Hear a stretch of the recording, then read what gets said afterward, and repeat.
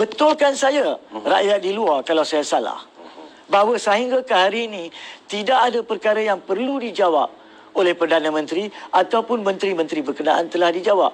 Azmin Ali contohnya, apabila ditanya apakah dia yang perlu dia pergi sampai ke Arab Saudi, sedangkan rakyat diletakkan dalam perkurungan, tak boleh nak pergi sembahyang pada bulan puasa, tolak tepi pada hari biasa, pada bulan puasa, dan engkau boleh terus terbang ke Masjidil Haram, Alhamdulillah, tempat suci, untuk engkau pergi lakukan ibadah umrah dan sapu sampah di keliling Masjidil Haram.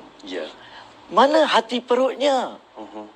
Dan boleh viral gambar tersebut, minta maaf. Dan pulang pula dikatakan tidak kuarantin diri. Saya difahamkan. Satu lagi, betul.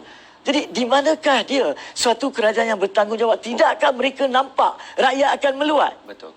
Memang anugerah awak pergi umrah, tapi kenapa awak pilih setuju pergi umrah? Sedangkan awak tahu 33 juta rakyat terkurung. Yang beragama Kristian tidak boleh pergi gereja. Yang beragama Hindu tidak boleh pergi kepada kuil, dan Cina tak boleh pergi tokong. Apatah lagi orang Melayu di bulan puasa, orang Islam tidak dapat pergi ke masjid. Awak tak fikir ke benda tu, Menteri? Dan sampai hari ini, soalan yang setelah ajukan benda ni dalam program lain, tidak dijawab oleh Azmin Ali. Dan seperti yang awak sentuh, isu kuarantin selepas itu pun tidak dijawab. Yang dia cepat-cepat jawab, isu gambar tertular tentang seluruh keluarga dia di rumahnya. Itu dia boleh jawab pula. Kata mereka duduk satu bumbung. Kenapa yang awal tu tak jawab sampai sekarang? Inilah kualiti menteri-menteri dan kerajaan yang kita ada. Adakah mereka layak dalam pimpin kita? Tambah-tambah dalam keadaan darurat, dalam keadaan COVID-19 ni. Nah, saya perlu sentuh sebelum kita ke topik lain atau soalan lanjut oleh saudara. Mana-mana kerajaan di bawah sistem tadbir urus negara, dia tidak boleh memilih masalah yang dia hendak cuba selesaikan. Kerajaan akan menghadapi macam-macam masalah. Bila Perikatan Nasional menjadi kerajaan, nak tak nak masalah COVID-19 wujud. Kena hadap. Kena hadap. Kena cuba tunjukkan kepada rakyat apa usaha yang dibuat. Bila disebabkan COVID-19 ekonomi terjejas, maka kena cuba selesaikan perkara itu juga. Itu sebabnya awak dilantik jadi kerajaan. Awak tidak boleh kata, saya tidak ingin berpolitik.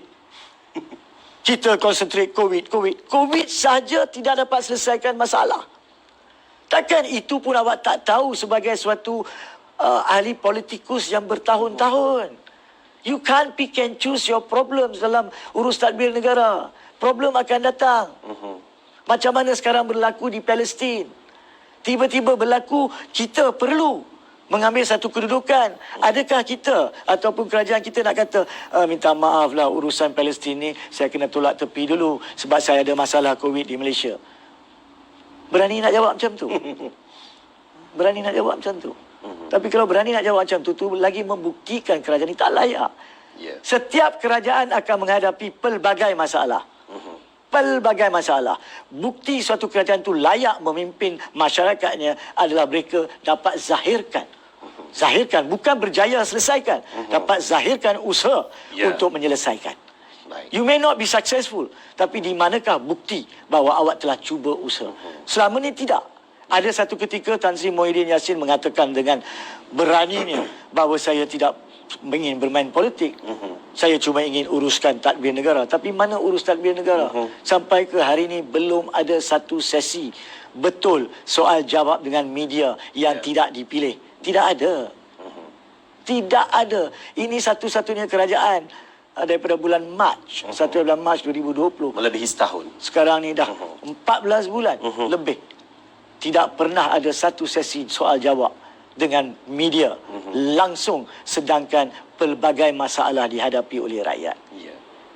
Now, what nonsense is this? Ini tidak munasabah. Dan saya sudahkan isu ketidakberkesanan dan ketidakperluan darurat COVID-19 untuk menyelesaikan atau menjadi alat usaha untuk menyelesaikan masalah. Apa yang menjadi alat ataupun pencetus kepada percubaan untuk menyelesaikan masalah COVID dan masalah-masalah lanjut daripada COVID seperti ekonomi dan sebagainya adalah keikhlasan diri. Baik Tuan Hanif, daripada apa yang Tuan Hanif kita bicarakan hampir setengah jam sebelum ini, jadi mungkin di kesempatan ini Tuan Hanif ingin berkongsi dengan para penonton juga kepada kerajaan. Saya yakin ramai di antara mereka sedang menyaksikan kita, mungkin walaupun tanpa secara live pada masa akan datang dan sebagainya. Apakah saranan keperlembagaan daripada Tuan Hanif untuk memastikan ataupun cadangan Tuan Hanif untuk urus tadbir yang jauh lebih baik dalam memastikan keberkesanan darurat ini? Baik, yang pertama sekali ini kita dalam keadaan darurat. Darurat yang diminta oleh kerajaan tuanku pada masa itu. Maksudnya kerajaan sendiri telah minta dan perolehi dalam usaha kedua mereka selepas gagal pada Oktober, Januari usaha kedua, dan telah memperolehi darurat daripada Kebawah Duli Agong. Jadi siapa yang minta darurat ni? Kerajaan.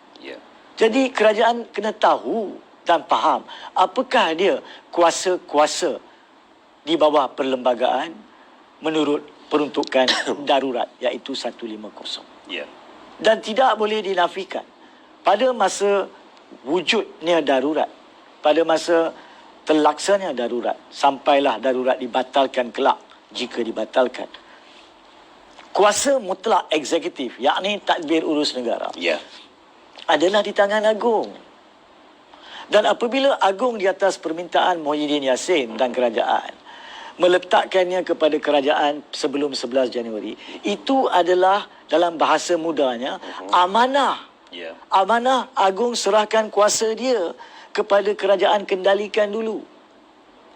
Tapi kalau amanah itu telah dimungkiri, tidak dipatuhi dan seringkali tidak dilaksanakan dengan betul, maka pihak yang memberi amanah boleh ambil balik.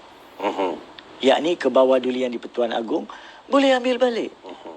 Tapi saya nak pergi kepada dua langkah lanjut.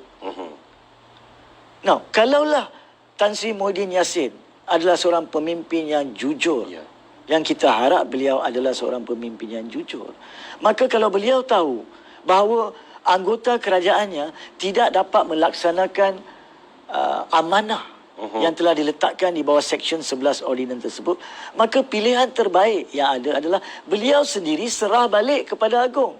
Sebab beliau tahu kuasa urus tadbir negara semasa darurat adalah pada Agong. Dan biar Agong tentukan bagaimanakah urus tadbir langsung darurat yang akan diadakan oleh Kebawah Duli Pertuan Agong. Jadi ini ada dua. Satu, Agong boleh ambil balik. Tapi yang lebih terhormat adalah untuk Muhyiddin Yassin serahkan semula. Nothing wrong. Apabila satu kerajaan merasakan bahawa mereka tidak boleh selesaikan masalah-masalah yang dihadapi dan mereka khawatir mereka memungkiri amanah. Dan di sini bukan saja mereka khawatir, mereka telah memungkiri. Sebab pada bulan Mac, apabila ramai merungut kenapa Parlimen tidak bersidang, Kebawah Duli yang di-Pertuan Agong keluarkan titah penjelasan pada 23 Mac, tak silap saya, di mana Kebawah Duli Agong mengatakan saya tidak halang sidang Parlimen. Dan sepatutnya kerajaan yang menasihatkan kepada Agong untuk bila nak bersidang.